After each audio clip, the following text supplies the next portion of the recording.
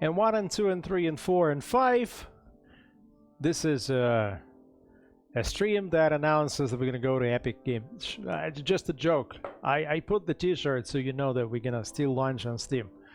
Anyways, we start with the weekly streams. Every week is gonna be one stream in English and one stream in Russian, so that we can move closer to the early access with more people understanding how the game works and how it's built up and what the mechanics like.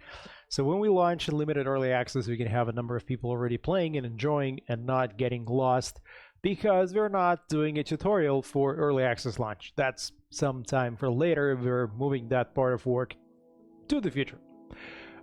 Today's topic, where is my game? Today's topic is research, experimentation, and theory and practice as a part of the skill system. That's what we're going to talk about, as well as show you the map and some other stuff. Now, the game has 13 different skills. They're grouped in 3 different groups. One group in the middle, herbology, astrology, and geology, is dedicated to the world outside. There is a group of 5 magic skills, which is self-control, domestic, travel, social, and battle magic. And then there is a group of more fundamental knowledge or applied knowledge, whatever you call it, is alchemy, making all the potions and powders and ointments, artificing, which is about making all the equipment as well as some jewelry and amulets and potentially in the future, not in the early access, but in the future, some artifacts yourself. Healing.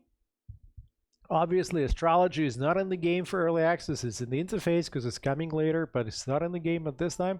And then literacy, which is what you use to read the books and to write books and to copy books and to study. So the way that the different skills are organized is that there is a knowledge tree for each skill going from 0 to 15. And on this skill tree, you have knowledges. If you know the knowledge, if you research it, if it's completely open, then you can use it. So a knowledge would be, let's say, a spell. A knowledge would be a knowledge about a particular mineral or material or animal, creature, or a herb, or a certain sickness, illness, or a particular item that you can craft, or a particular, let's say, potion that you can brew or make. So first things first, here you can see that some are open and we know them, and if you go to simple ratio, we know everything about that. What it is, how it's used, as well as I can go to the kitchen and already start cooking it. Then you've got the knowledge that you still have to research. You know what it is, but you don't know, you cannot make it happen. So to research it, you go here, choose the people who will research. It can be a group of people. You don't have to have only one person doing it. You can have, let's say, all 3 of them, as long as their alchemy skill is high enough to allow them to research this. But this is level 1, and these guys are all level 1 and above, so it should work fine. Then I'm gonna set maximum work time for my mage, and then every hour here you can see in the last, like, this interface still has a lot of things to improve, but every hour you're gonna spend 3 magic energy on this research. And so we start, and I'm going to adjust my Call of the Spire so I don't go bankrupt in terms of magic energy. And let's go. So here among the tasks, I can see that these 3 guys are now researching Purging Brew, and this is the symbol of the task that is currently active. So let's go here and here. We've progressed 8%. I'm not interested in anything else. I'm just gonna keep working on this item so you can see how it unlocks.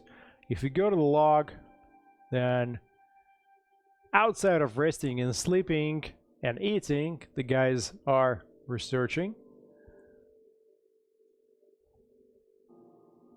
And we're pretty close to that. It only took us a couple of days to research it.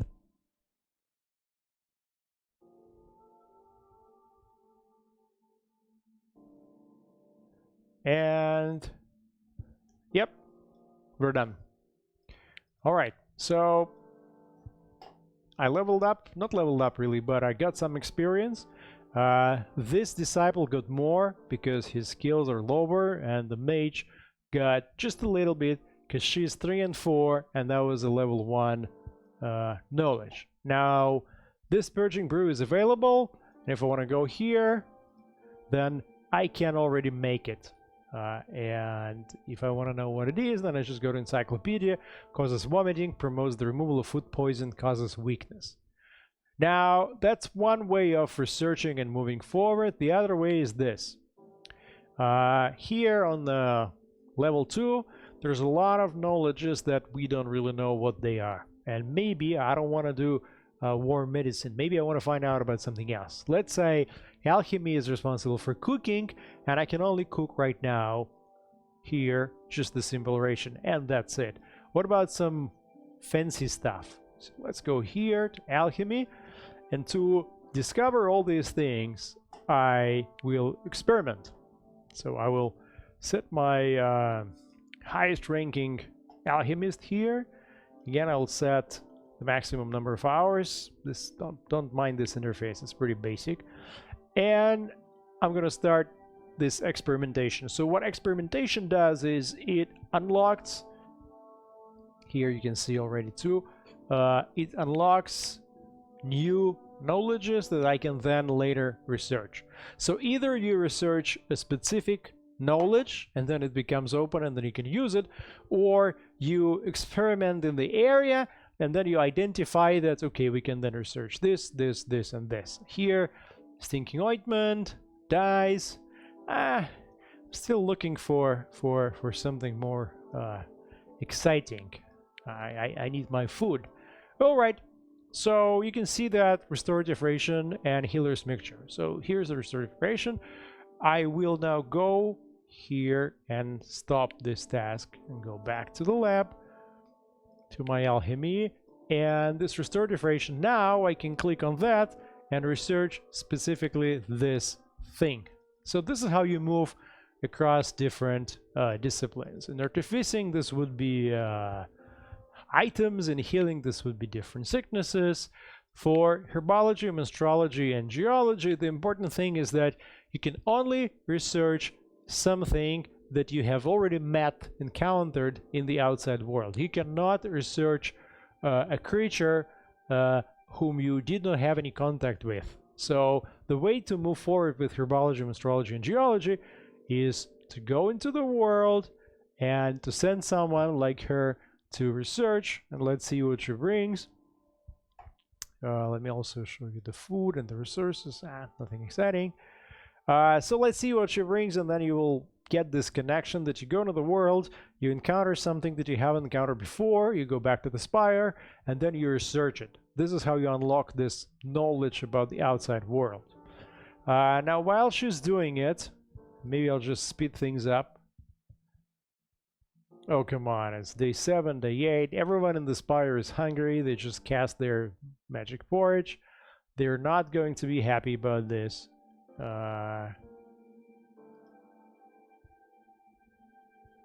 Alright, so she's back, and here's what she discovered. She discovered rare wood, clathless rubber, and that's about it. So now if I go to research and if I go to herbology, then there's this mushroom that I can research on level 3 once I have someone on level 3.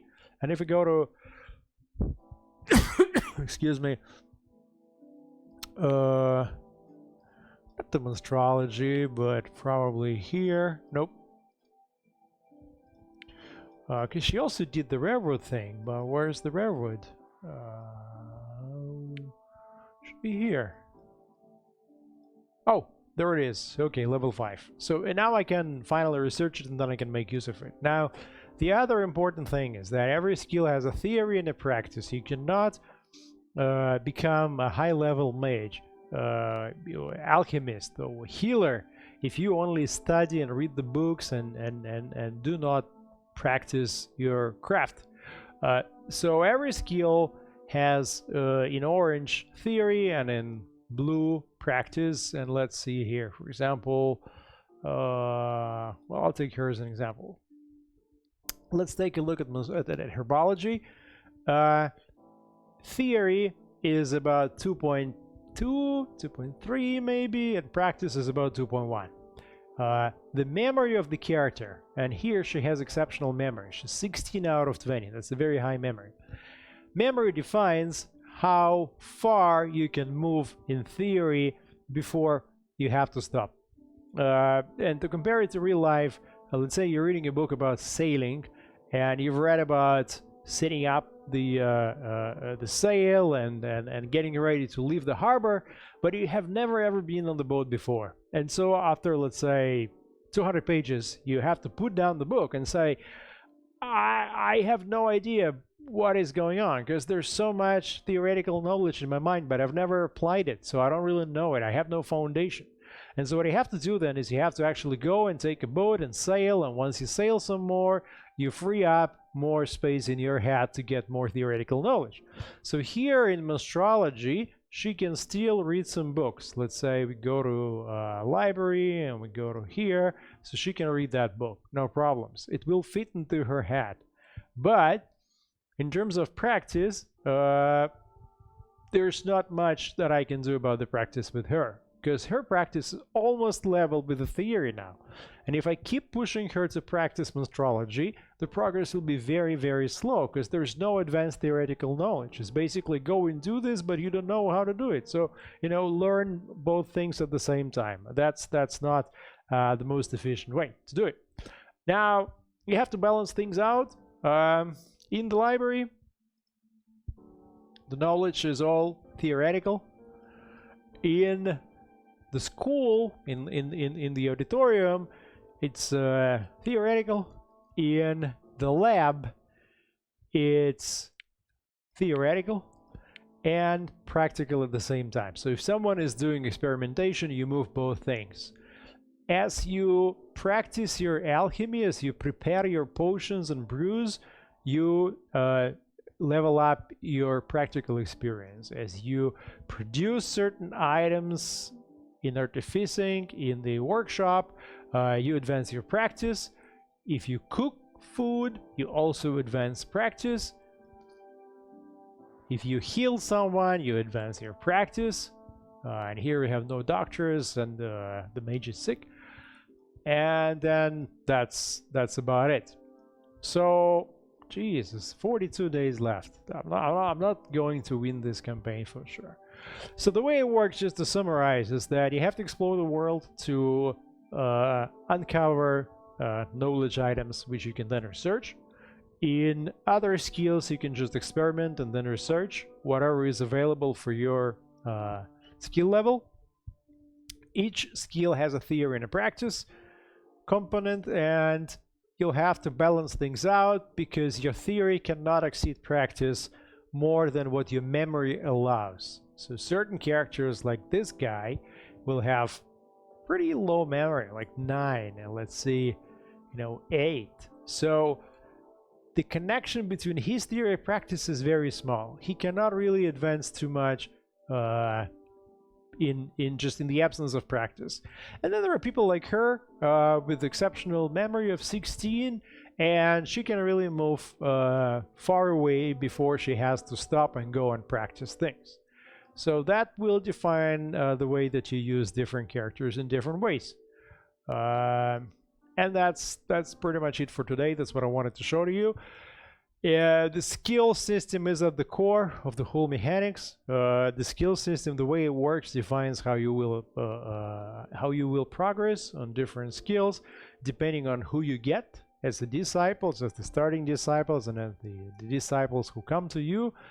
And that will define the approach to the world, which could be different. Now, one thing about the world I wanted to show you, and one more thing on the other side. Okay, so first of all, let me cheat a little bit. And show you what's in the game right now. So that's all the different alchemy items that we have currently in the game working. That's the equipment. In healing, we still have just a few illnesses. It's going to be expanded. In herbology, pretty much everything we wanted. Same for astrology. And geology is pretty much all set. All the way up to level 12, I believe. Yep, there's hot ice. And there's rubies and diamonds and black dew, which is available only in the distorted lands, and sapphires and emeralds, so we'll have to go down the caves to mine those. And then in terms of spells, right now we have in the plan about 90 spells. They're being thrown into the game these weeks. I think maybe a couple of weeks from now we'll be able to show it.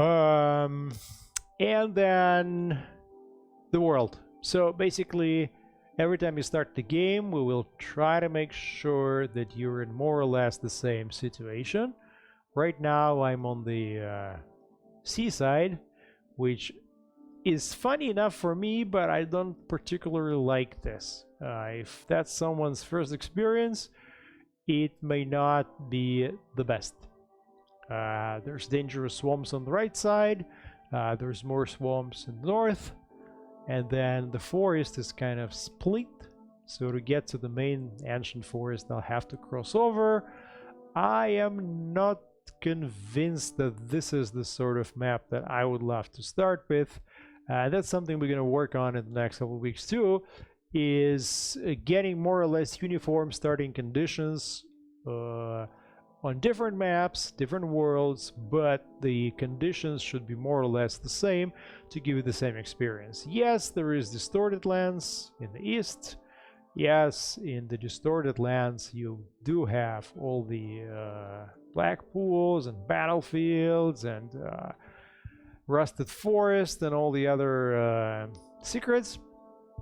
And yes, you do have the empire to the west with the farmlands and cities and towns and all the dangers relevant to the empire, but I would love ideally to have the spire in a larger forest, which would be located more or less in the middle of this continent, and to be protected well enough so that within the first couple of months at least, no bandits or inquisition will visit me. And I'm not so convinced about this situation, because the relative proximity to this town and to this village means that sooner rather than later my disciples will encounter some of the dangers of the civilized world, and I don't think they will be ready for that.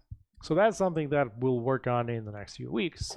Overall, we don't have a release date yet. We will do the limited early access once we can finish the campaign. So once you will see that we're finishing the campaign and actually assembling this Elixir of Youth, then you will know that we're just a few days away from launching in limited early access. Until then, we still have our work cut. We have to throw in more mechanics. In terms of content, it's not that much of a risk, but most of the biggest challenge is interface and allowing you to have more control and showing you exactly what happens in the game, so that you don't really need a tutorial, but you can see what happens, you control what happens, and through this you learn how to be better at this. So for example, in the exploration, there's already here, for example, we would love you to see why she obtained 19 items. That was a skill check. It's not shown here, but there was a skill check. She leveled up. It's very good. She discovered something. Let's see the final report.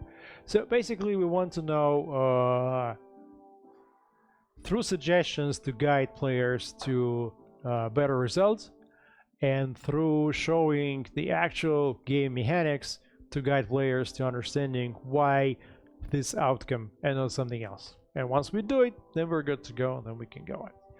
Thanks for watching us today. Next week, I don't really know what we're going to talk about, but it depends on what we're going to have in the build. If you follow Discord, you'll see some visual updates almost daily as we move closer. But you know, visuals is one thing, and interface is a much more complicated, messy thing that we have to make beautiful before we launch. So thanks for watching, and see you next week on Wednesday.